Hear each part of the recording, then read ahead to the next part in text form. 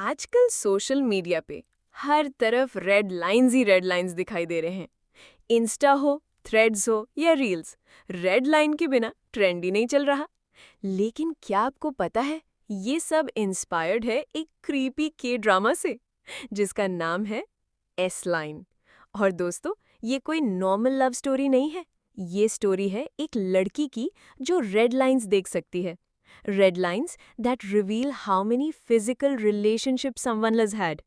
तो चलिए डाइव करते हैं इस थोड़ी डार्क, थोड़ी क्रेजी और फुल थ्रिलर स्टोरी में।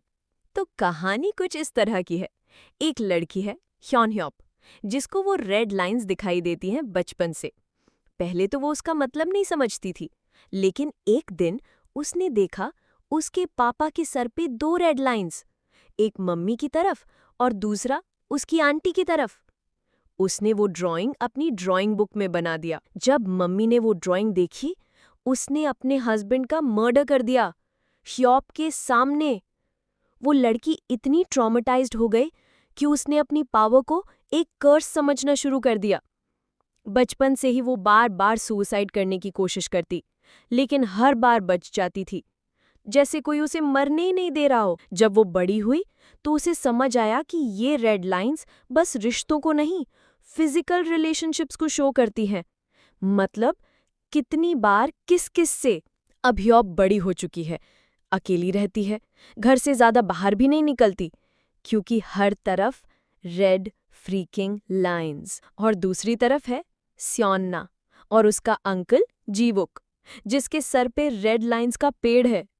हाँ, uncle is a detective, I mean hot detective. Seona एक हाई स्कूल स्टूडेंट है, और obviously school bullying of an unheard child is mandatory in a K drama. उसके बोली लोग उसे पैसे मांगते हैं, वो अंकल से पैसा मांगती है। अंकल रीजन पूछता है तो स्योना गुस्से में अपने रूम में चली जाती है। उसी रात न्यूज आता है कि एक लड़की मर्डर हो गई है, और सीसीटीवी फुटेज में एक बंदा हेलमेट पहना हुआ दिखाई देता है।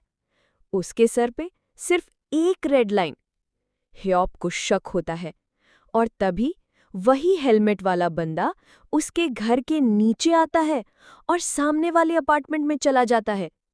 ह्योप पुलिस को कॉल करती है, लेकिन फिर देखती है कि वो बंदा अपनी गर्लफ्रेंड के साथ फिजिकल हो रहा है।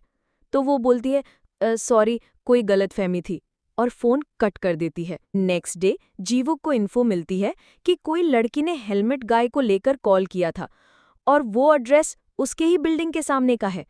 वो जाके नॉक करता है ह्योप के दरवाजे पर, बट ह्योप किसी से बात नहीं करती।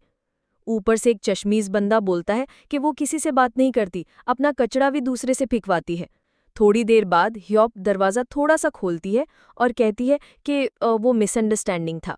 उसी रात जीवुक के पार्टनर को शक होता है एक लड़के पे, जिसका लिंक है वो दोनों मर्डर्ड गर्ल्स से। एड्रेस देखते हैं, वो भी उसी बिल्डिंग में रहता है। जीवुक को हॉस्पिटल से कॉल आता है कि उसके पापा मिसिंग हैं, तो वो अपने पार्टनर को बोलता है कि तू पहले जा, मैं आता हूँ। पार्टनर वहां जाता है, दरवाज़ा लॉक्ड नहीं होता, घर में कोई नहीं होता, लेकिन घर में कुछ वियर्ड होता है। वो जीवुक को कॉल करके बताता है कि यहाँ कुछ गड़बड़ है, लेकिन उससे ज्यादा कुछ बोल पाता। उसी घर में छुपा हुआ वो हेलमेट गाय उस पे अटैक कर देता है। पार्टनर घायल हो जाता है। हेलमेट गाय फिर से सामने वाली बिल्डिंग में जाता है। ह्योप ये सब देखती है और उसे लगता है कि वो उस लड़की को कुछ कर देगा। पुलिस को कॉल करती है, लेकिन फोन डेड हो चुका है। ह्योप एक चाकू लेती है और जाती है उस बिल्डिंग में। और हाँ, उसका शक सही निकला। That man was trying to kill the girl. Hyeop उस लड़की को बचाती है, लड़की उसे थैंक यू बोलती है, और ह्योप को फाइनली ये रियलाइजेशन होता है कि मेरी पावर सिर्फ एक कर्स नहीं है, मैं किसी को बचा भी सकती हूँ। एपिसोड 1 की कहानी यहीं तक, लेकिन ये सिर्फ शुरुआत है, क्योंकि रेड लाइंस की मिस्ट्री अभी बाकी है। लाइक करो, कमेंट करो रेड लाइंस। मिलते हैं एपिसोड 2 में। Bye bye.